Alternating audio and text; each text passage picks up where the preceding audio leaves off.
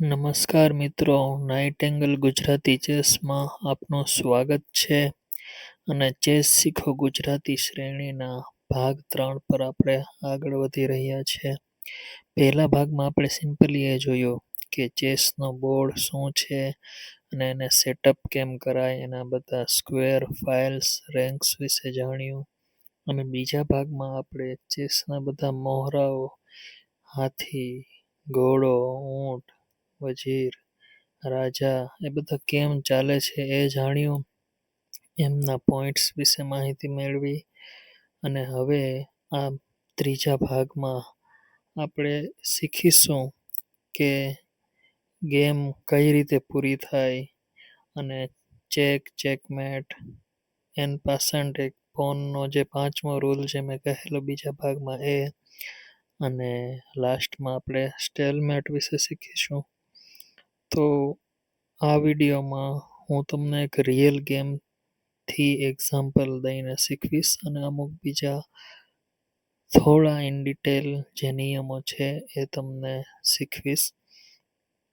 તો હવે આ ગેમની શરૂઆત કરીએ તો તમે જોઈ શકો છો કિંગની ઉપરનું પોન 2 મોહરા ચાલ્યું. તમને ખબર જ છે એ 2 મોહ ચાલી શકે પહેલું કે 1, અને સામે બ્લેક કિંગનું પોન 1 ચાલ્યું અને અહીંયાથી ફરી આ રીતે મોહ ચાલ્યું વ્હાઇટ.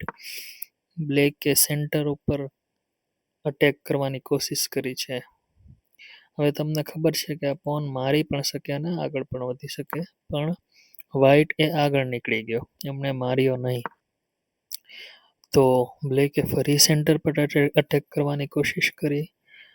તમને યાદ રાખવું જોઈએ કે જ્યારે જેનું સેન્ટર મજબૂત એમની વિન હોવાના ચાન્સીસ વધુ.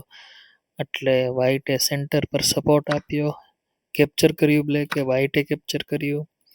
અને આ તમે જોઈ શકો છો કાળું ઊંટ એમણે અહીંથી રાજાને ચેક આપ્યો. ચેક એનો મતલબ એમ છે કે હવે હું રાજાને મારી નાખીશ મને જો 1 મોહ મળ્યો તો. એનો મતલબ એમ છે કે હવે વ્હાઇટે કંઈક એવું સ્ટેપ લેવું પડશે કે જેથી રાજા બચી શકે. તો શું, કઈ રીતે બચી શકે રાજા? તો કે રાજા મોહ કરી શકે. અત્યારે એની પાસે લીગલ મોહ આ એક છે, એના સિવાય કયા રસ્તા છે? તો કે વચ્ચે કોઈને બ્લોક કરી દો. તો એના માટે નાઇટ અહીંયા બ્લોક કરી શકે એમ છે, આ બિશપ અહીંયા આવી શકે એમ છે, ને ક્વીન પણ આવી શકે. પણ તમને ખબર છે ક્વીનની વેલ્યુ 9 પોઈન્ટ છે, જ્યારે આ નાઇટ અને બિશપની વેલ્યુ 3 પોઈન્ટ છે. તો જનરલી ક્વીનને આપણે વચ્ચે ના લાવવી જોઈએ. તો શું થયું ગેમમાં આગળ જોઈએ તો કે ઘોડો વચ્ચે આવી ગયો છે. તો હવે પછી બ્લેકે પણ એમનો ઘોડો ડેવલપ કર્યો, વ્હાઇટે ઘોડો ડેવલપ કર્યો અને બ્લેક બીજો નાઇટ ચાલ્યો. વ્હાઇટે એમનું બિશપ ડેવલપ કર્યું. અને હા, આ જે મૂવ છે એ શું થયું છે એ આપણે શીખવાનું છે અત્યારે. તો કે આને કાસલ કહેવાય. ફરી જોઈ લ્યો, કિંગ અહીંથી 2 મૂવ આમ ગયો અને રૂક આ બાજુ આવી ગયો, તો એને કાસલ કહેવામાં આવે છે. એ કાસલના આપણે રૂલ જાણીશું. તો કે કાસલનો ફાયદો શું છે? પહેલાં તો એક તો તમે જોઈ શકો છો, એક તો કિંગ એક સેફટી તરફ આવી જાય છે.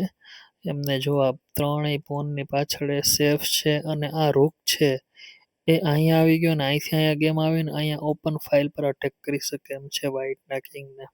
તો કે કિંગ સેફ થઈ જાય છે અને રૂક એ એક્ટિવ થઈ શકે છે. બરોબર છે. તો હવે કાસલના અમુક આપણે નિયમો આ વિડીયો તરફથી આપણે જોઈશું. તો કે આ સિચ્યુએશનમાં કાસલ કઈ રીતે થઈ શકે છે, બીજા અમુક થોડા નિયમો. તો તમે જોયું હતું કે અહીંથી બ્લેક આ રીતે કાસલ કરેલું. હવે વ્હાઇટને પણ અહીંયા કાસલ કરવું હોય તો કરી શકશે કે નહીં? તો એનો સીધો જવાબ છે નહીં કરી શકે. તો એનો હું નિયમ સમજાવીશ કઈ રીતે અને શા માટે નથી કરી શકતો. તો કે એના એક રૂલ છે. તો કે કિંગ અને રૂક, કિંગ એટલે રાજા અને રૂક એટલે કે હાથી, કિંગ અને રૂકનો સૌથી પહેલો મૂવ જ હોવો જોઈએ કાસલ. એની પહેલાં કોઈ પણ મૂવ કરી લીધો એમણે તો એ કાસલ નહીં કરી શકે. તો એક પહેલો રૂલ આ થઈ ગયો. બીજો રૂલ એ છે કે કિંગ ચેકમાં ન હોવો જોઈએ. અત્યારે કિંગ આપણે જોઈએ તો ચેક પર નથી. માની લો આ ક્વીન અહીંયા હોત તો એ અહીંથી અહીંયા અટેક કરત, તો એનો મતલબ ચેક આવ્યો હોત રાજાને, તો એ કાસલ ના કરી શકત. ત્રીજો મૂવ, કિંગ જે સ્ક્વેર પર જશે ત્યાં કોઈ એનિમી પીસનો અટેક ના હોવો જોઈએ. તો હવે એ આપણે જોઈએ તો કિંગ કાસલમાં શું થાય છે એ પહેલાં તો તમારે યાદ રાખવાનું. કાસલ એટલે કિંગ બે મૂવ ચાલે, બસ એક જ વખતે બે મૂવ ચાલી શકે જ્યારે કાસલ કરવાનો હોય ત્યારે, આ બાજુ કે આ બાજુ. તો હવે તમે જોઈ શકો છો વ્હાઈટ હંમેશા ઈ સ્ક્વેર ઉપર હોય છે, તો આ બાજુ તમે જોઈ શકો છો રાઈટ સાઈડ.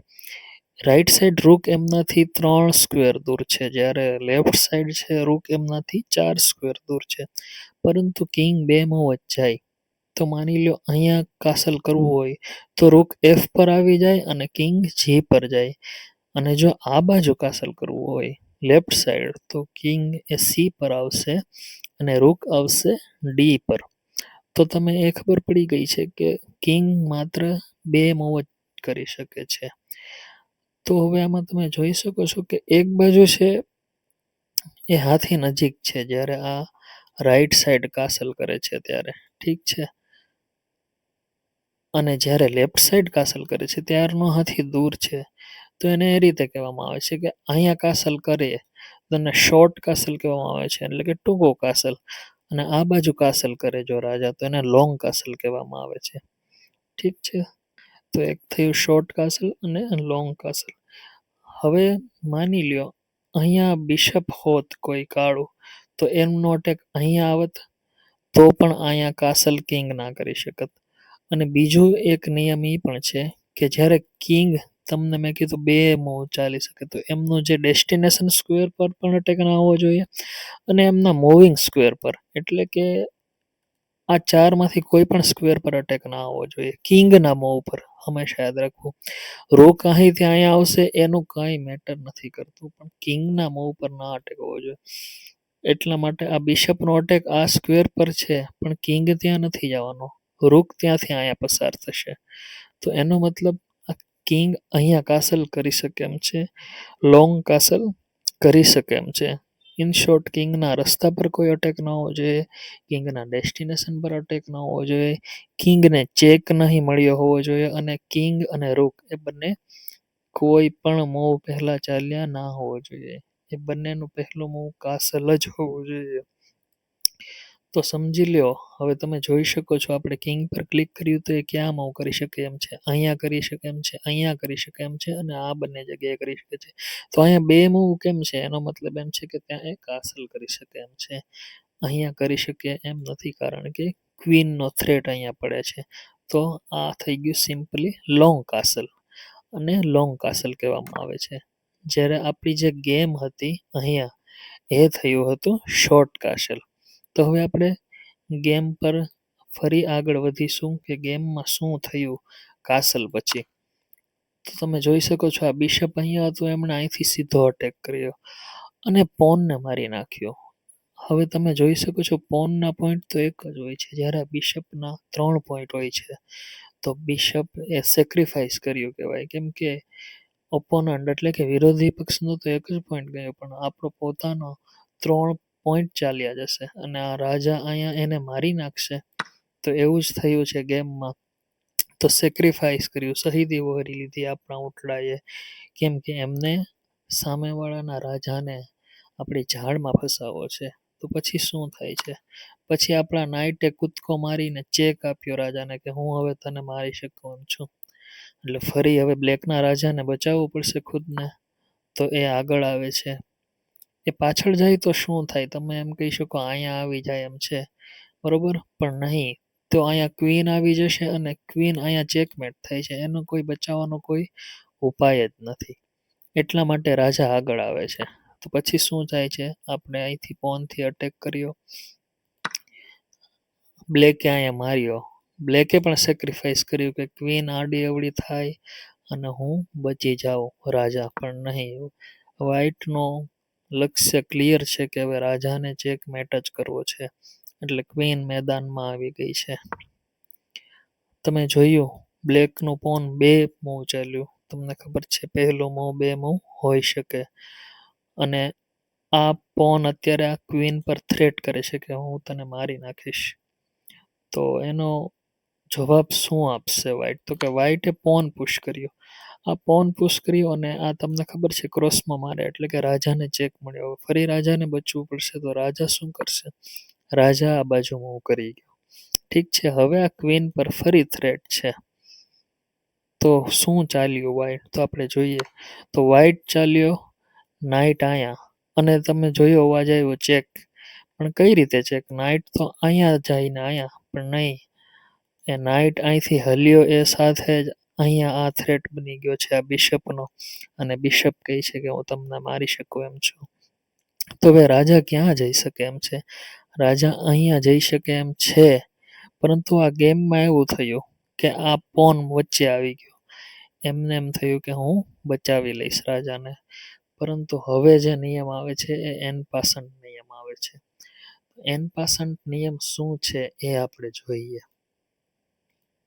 તો કે એન પાસન્ટ નિયમ આપણે અહીંયા શોર્ટમાં જોઈશું. તો અહીંયા પહેલા જોઈએ આ પોન મૂવ કર્યો, અહીંયા બ્લેક પોન મૂવ કરે છે, ફરી વ્હાઈટે પોન મૂવ કર્યો, બ્લેકે એક જ મૂવ કર્યો અને વ્હાઈટ ફરી આગળ ગયો. તમે જોઈ શકો છો આ 1 થી 4 રેન્ક જે હોય છે ને એ વ્હાઈટનો કેમ્પ અને એમનું મેદાન છે. જ્યારે આ ઉપર 5, 6, 7, 8 એ આખું બ્લેકનું મેદાન કહેવામાં આવે છે. એટલે વ્હાઈટે ઓપોનન્ટના ઘરમાં ઘૂસ્યો છે, બરોબર? એ તમે જોઈ શકો છો. તો એવું જ્યારે થાય અને આ રીતે આ તમે જોયું બાજુમાંથી મૂવ કરી ગયું પોન કે જો હું અહીંયા ચાલીશ તો આ મને ખાઈ જશે. તો એમને એમ થયું કે હું બાજુમાંથી મૂવ કરી જાઉં. તો એના માટે આ ફ્રેન્ચ વર્ડ છે એન પાસન્ટ. એનો મતલબ છે કે તમે એક મૂવ કરો કે બે. જ્યારે હું તમારા ઘરમાં ઘૂસી ગયો છું એટલે કે 5th રેન્કમાં વ્હાઈટ હોય ત્યારે એ આ રીતે કેપ્ચર કરી શકે. તમે જોઈ શકો છો અહીંયા પણ એક અહીંયા પણ મારી શકે એમ છે અને અહીંયા પણ. અને આ પોન બે રીતે કેપ્ચર થાય એમ છે. આ તમને ખબર જ હશે. જો આ પોન પણ અહીંયા મારી શકે એમ છે. તો ઈ પોન મારશે તો આ પોન અહીંયા આવી જશે વ્હાઈટનો આપણો. પરંતુ આપણો આ પોન જ્યારે મારશે તો એ અહીંયા આવશે.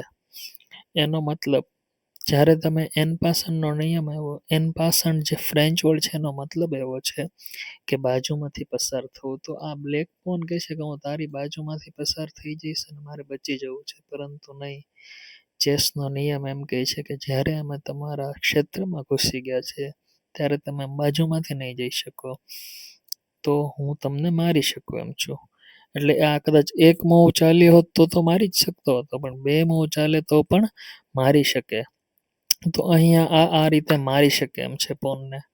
પરંતુ યાદ રાખવું, હવે માની લ્યો વ્હાઈટ કોઈ મૂવ બીજો ચાલી ગયો, શું હવે મારી શકશે? હવે માની લો બે કાચાયેલું, હવે વ્હાઈટ નથી મારી શકતો. તમે જો વ્હાઈટ પાસે કંઈ મૂવ જ નથી. એનો મતલબ એમ થયો કે જ્યારે બે મૂવ ચાલે એના પછીના એટલે કે તરતના જ મૂવમાં મારવાનું, અને તરત તમે ના મારો એ મોકો ગયો તો પછી તમે ના મારી શકો. એટલે આ એન પાસન્ટ રૂલ જે મેં તમને કહેલું કે પોનનો 5મો નિયમ શું છે એ હું તમને શીખવીશ. તો એ 5મો રૂલ તો અહીંયા પણ એવું જ થાય છે. આ અહીંયા ચાલે છે આપણું વ્હાઈટનું પોન બ્લેકના કેમ્પમાં ઘૂસી ગયું છે અને આ બે મૂવ આગળ ચાલે છે કે હું એન પાસન્ટ બાજુમાંથી ગુજરી જઈશ. લેકિન નહીં, વ્હાઈટનો પોન કહે છે કે નહીં, એવું ના થાય. અને એ સાથે જ આ પોનને માર્યો અને એ સાથે તમે જોઈ શકો છો ચેકમેટની સાઇન આવી. ફરી આપણે જોઈએ ચેકમેટ લખેલું આવ્યું જો. તો હવે તમે ચેકમેટનો નિયમ પણ સમજી શકો છો કે કઈ રીતે ચેકમેટ થયું. તો કે જો રાજાને કોણ કોણ મારી શકે એમ છે? અહીંથી આ બિશપ મારે છે, અહીંથી આ રૂક મારે છે. તો એને બચવું ક્યાં? તો કે રૂકે તો આ ત્રણેય સ્ક્વેર કવર કરી લીધા, બિશપે આ સ્ક્વેર કવર કરી લીધું. હવે રાજા આને મારી શકે? તો કે નહીં. કેમ ન મારી શકે? તો એમ કે આ ક્વીનનો એને સપોર્ટ છે. રાજા આને મારશે તો ક્વીન એ રાજાને ખાઈ જશે, એટલે એ પણ નથી. તો હવે આ એક મૂવ રહ્યો, પણ ત્યાં પણ નથી જઈ શકતો. એનું કારણ છે કે આ નાઇટ ત્યાં મારી શકે એમ છે. તો રાજા પાસે કોઈ મૂવ નથી, કોઈ બ્લોકેડ આવી શકે એમ નથી. તો એનો મતલબ રાજા ચેકમેટ થઈ ગયો, શહમાત થઈ ગયા આપણા રાજાની. તો આ સાથે ચેકમેટ સાથે જ આ ગેમનો અંત થઈ ગયો અને વ્હાઈટ છે એ જીતી ગયો છે. તો હવે તમે આ ગેમ ઉપરથી શું શું શીખ્યા? તો કાસલ શીખી ગયા, એનપાસન્ટ શીખી ગયા અને ચેકમેટ એટલે ગેમનો અંત શીખી ગયા. હવે આપણે જાણીશું એક અલગ નિયમ ચેસનો, સ્ટેલમેટ. સ્ટેલમેટ શું છે? સ્ટેલમેટ એટલે તમને ખબર છે બધી ગેમમાં હાર જીત તો થાય પણ ક્યારેક ડ્રો પણ થઈ જાય. તમે કદાચ ક્રિકેટ રમતા હશો અને ટેસ્ટ મેચ જોતા હશો તો તમને ખબર હશે ડ્રો હોઈ જાય છે મેચ, કે ઘણીવાર T20માં પણ ટાઈ થઈ જતી હોય છે કે જ્યારે બંને ટીમના રન બરોબર હોય છે. તો આમાં બરોબર હોય છે એવું તો નથી, પણ આનો નિયમ થોડો અલગ છે. તો આપણે મોઉસ સાથે જોઈએ, બરોબર છે. તો આમાં આપણે બોર્ડને એકવાર ફરીથી આપણે સેટઅપ કરીએ, કઈ રીતે કરવું છે એ, બરોબર છે. હું અહીંયા બોર્ડને 1 મિનિટ માત્ર મને આપશો, હું સેટઅપ કરી લઉં. આપણે સેટઅપ કરીએ બોર્ડને, ક્લીન બોર્ડ કરી દીધું છે, બરોબર છે. હવે આમાં આપણે વ્હાઈટની ક્વીન છે, વ્હાઈટનો રાજા છે અને આ બ્લેકનો રાજા છે અને આપણે વ્હાઈટ ટુ મૂવ રાખીએ, બરોબર. તો હવે માની લો આ ક્વીન છે કે હું રાજા પાસે જવા માંડું. હવે આ રાજા પાસે કેટલા મૂવ છે તમે જોઈ શકો છો, 3 મૂવ જ છે. તો રાજા કહીએ અહીંયા. હવે ક્વીન ફરી આગળ ગઈ તો તમે જોઈ શકો છો ક્વીને આ રસ્તો બ્લોક કર્યો, આ રસ્તો બ્લોક કર્યો, આ બ્લોક છે, સોરી આ બ્લોક છે. તો રાજા પાસે આ એક જ મૂવ છે. હવે ક્વીન ફરી આગળ જશે અને ક્વીન અહીંયા. આ બિગિનર લેવલે પર આવી ભૂલ થઈ જાય. હવે માની લો ક્વીન અહીંયા આવી ગઈ તો જો તમે જોયું ડ્રો થઈ ગયું. એનું કારણ શું છે? તો કે રાજાને હવે બ્લેકની મૂવ છે પણ બ્લેક પાસે કોઈ મૂવ જ નથી. જો અહીંયા ક્વીન મારે છે, અહીંયા ક્વીન મારશે, અહીંયા પણ ક્વીન મારશે, પણ રાજા ઉપર કોઈ ચેક પણ નથી કે કોઈ થ્રેટ પણ નથી, એમ કે હવે પછીના વ્હાઈટ પણ મારી શકે એમ નથી. તો જ્યારે ચેક પણ ના હોય અને રાજા પાસે કોઈ મૂવ જ ના હોય તો સ્ટેલમેટ થઈ જાય અને તમે જોઈ શકો છો વ્હાઈટ પાસે ક્વીન પૂરી વધારે છે 9 પોઈન્ટની, પરંતુ એ મેચ ડ્રો થાય છે. તો સિમ્પલ તમે જોઈ શકો છો કે ચેકમેટમાં કિંગ ચેકમાં હોય છે, જ્યારે સ્ટેલમેટમાં કિંગ ચેકમાં હોતો નથી. તો આવી સિચ્યુએશનમાં ગેમ ડ્રો થઈ જાય છે અને જનરલી બંને ઓપોનન્ટને અડધો અડધો પોઈન્ટ આપવામાં આવે છે. તો આ વિડીયોમાં આપણે જોયું છે, એક તો કાસલ શીખ્યા, પછી એનપાસન્ટ રૂલ શીખ્યા છીએ અને ચેક જાણ્યો, ચેકમેટ ખબર પડી છે અને સ્ટેલમેટ ખબર પડી છે. અને હવે તમને બધાય રૂલ ખબર પડી ગઈ છે ચેસના અને તમે આરામથી ખૂબ સરસ રીતે ચેસ રમી શક્યો છો, બરોબર છે. અને આ વિડીયો માત્ર બિગિનર માટે જ છે કે જેમને ચેસ વિશે ખાલી નામ જ સાંભળ્યું છે પણ કેમ રમવું એ ખબર નથી હોતી. તો આશા રાખું છું કે હું તમને ચેસ શીખવી શક્યો હોઈશ. અને હજુ પણ કાંઈ સમજાય નહીં તો તમે કમેન્ટ જરૂર કરી શકો છો. અને આ વિડીયો તમને હેલ્પફુલ લાગ્યો હોય તો જરૂર સબસ્ક્રાઈબ કરજો. અને હવે નેક્સ્ટ વિડીયો જે ભાગ 4 છે એમાં આપણે ચેસના નોટેશન વિશે સમજશું. તો તમે આ ગેમ જોઈ શકો છો, તમે અહીંયા જો બધું લખેલું છે, આપણે ફરીથી જોઈએ તો અહીંયા જો E4 E6 એ શું છે, એનો મતલબ કઈ રીતે લખાય. નોટેશનનો મતલબ એ થાય કે તમે ચેસની ગેમને લખી શકો, રેકોર્ડ કરી શકો. રેકોર્ડ ઇન ધ સેન્સ અત્યારે હું આજે વિડીયો રેકોર્ડિંગ કરું એ રેકોર્ડ નહીં, પરંતુ તમે ચેસની ગેમને પેન પેપરથી પણ લખી શકો. તમને જાણીને નવાઈ થશે કે બ્લાઇન્ડ લોકો એટલે કે અંધ લોકો પણ ચેસને રમી શકે. કેમ? કેમ કે એમના દિમાગમાં બોર્ડ છપાયેલું હોય છે અને એ લોકો આ નોટેશન યાદ રાખીને કઈ રીતે કયું પીસ મૂવ કર્યું એ મનથી જ વિચારી લે છે અને પોતે કયો મૂવ ચાલશે એ બોલે છે. તો એ રીતે અંધ પણ ચેસની રમતનો ફાયદો ઉઠાવી શકે છે. તો હવેના વિડીયોમાં આપણે નોટેશન શીખશું. નોટેશન એ રમવા માટે ખાસ જરૂરી નથી, પરંતુ તમારે થોડું વધારે શીખવું હોય તો તમે નોટેશન ખાલી કેમ બોલાય જાણી લેશો તો તમને ફાયદો થશે. કેમ કે હું જ્યારે ગેમ સમજાવીશ તો નોટેશન સ્ક્વેરનું નામ બોલીશ તો તમને પણ ખ્યાલ આવી જશે કે હું કયા સ્ક્વેરની વાત કરી રહ્યો છું, ક્યાં અટેક છે. અને હું અમુક શબ્દો અંગ્રેજીમાં યુઝ કરીશ એનું કારણ છે કે હું પણ અંગ્રેજીમાં જ ચેસ શીખ્યો છે, જેમ કે કિંગ, ક્વીન, બિશપ, નાઇટ, રૂક એવા શબ્દો મારે અંગ્રેજીમાં જ મારા માટે પણ અનુકૂળ રહેશે. પરંતુ હા, મેં પણ તમને શીખવાડી દીધું છે તો તમને પણ યાદ જ રહ્યા હશે. તો એના સિવાય તમારી કોઈ પણ ઈચ્છા હોય કે શું વિડીયો બનાવો એ મને જરૂરથી જણાવશો.